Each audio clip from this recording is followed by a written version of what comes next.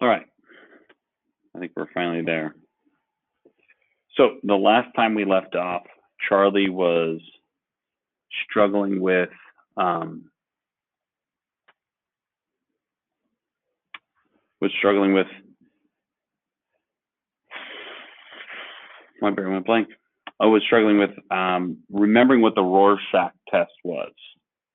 Do you guys remember why he could not recall what the Rorschach test was?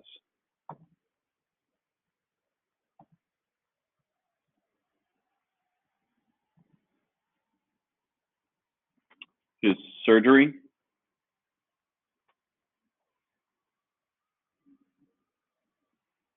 Yes, he had his surgery after getting the Rorschach test. So yes, he has not started having that recall ability until now.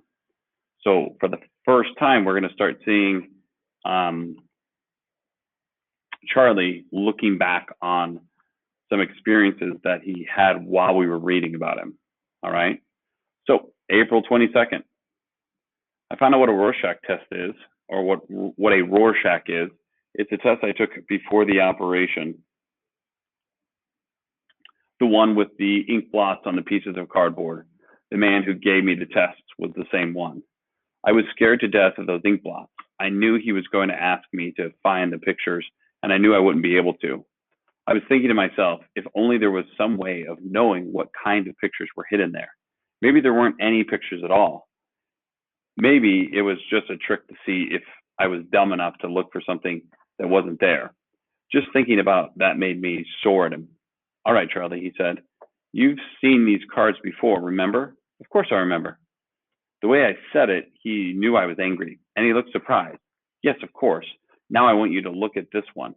What might this be? What do you see on this card? People see all sorts of things in these ink blots. Tell me what it might be for you, what it makes you think of. I was shocked. That wasn't what I had expected him to say at all. You mean there are no pictures hidden in these ink blots? He frowned and took off his glasses. What? Pictures hidden in the ink blots. Last time you told me that everyone could see them and you wanted me to find them too. He explained to me that the last time he had used almost the exact same words he was using now.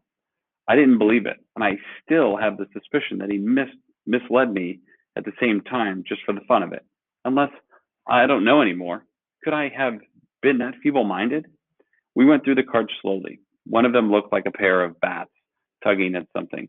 Another one looked like two men fencing with swords. I imagined all sorts of things.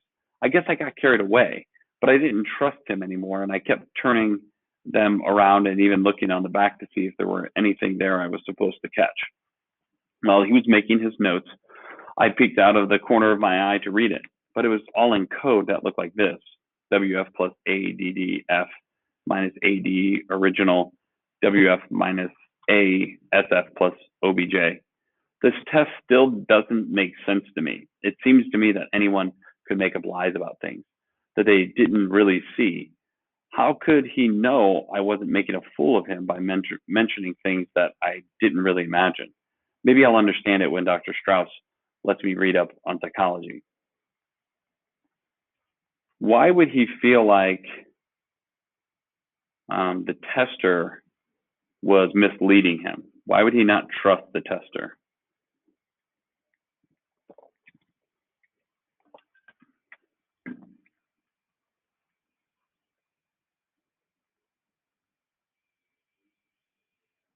Okay. How many of you are so certain sometimes that you're right that you'll argue without listening or thinking about the other person's perspective? Without maybe pointing fingers at someone, because though Aiden might do it more openly than others. I know that like Wyatt and I have had that same type of interaction where he's argued with me and I've argued with him, and maybe one of us are wrong and we didn't even consider that. Jace, you and I have had the same interactions. Lacey and I do as well.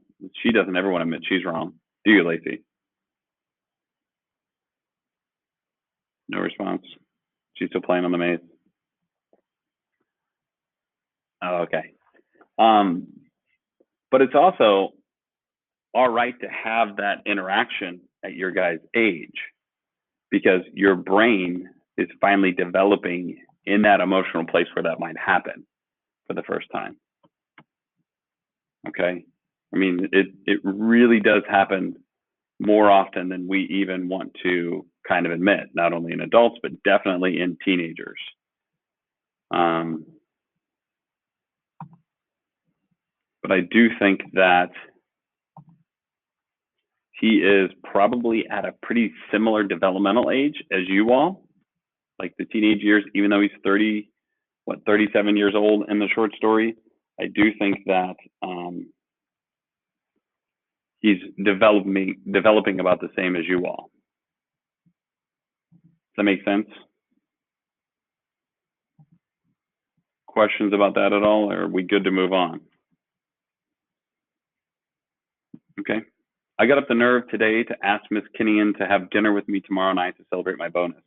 At first, she wasn't sure it was right, but I asked Dr. Strauss and he said it was okay. Dr. Strauss and Dr. Niemer don't seem to be getting along so well. They're arguing all the time. This evening, when I came in to ask Dr. Strauss about having dinner with Miss Kinnian, I heard them shouting. Dr. Niemer was saying that it was his experiment and his research, and Dr. Strauss was shouting back that he contributed just as much because he found me through Miss Kinnian and he performed the operation.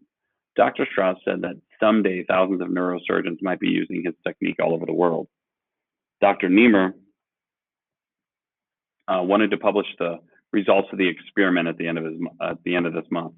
Dr. Strauss wanted to wait a while longer to be sure. Dr. Strauss said that Dr. Niemer was more interested in the chair of psychology at Princeton than he was in the experiment. Dr. Niemer said that Dr. Strauss was nothing but an opportunist who was trying to ride to glory on his coattails. When I left afterwards, I found myself trembling.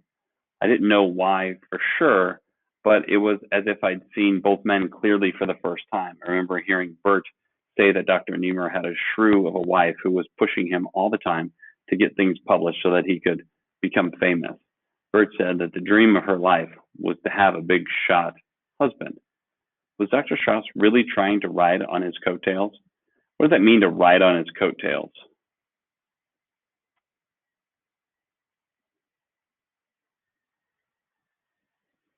Um, yeah, it would be like someone else is getting famous and you just kind of attach yourselves to them. Okay. A lot of times people refer to like riding on coattails as like what you guys might see on TikTok or on YouTube.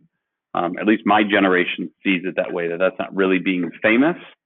I think my perspective is changing on it, that they're not riding on anyone's coattails. They are creating something creative, but um, a lot of times that's how people see it, is that they're getting famous just by being associated with something else, not really anything special that they're doing.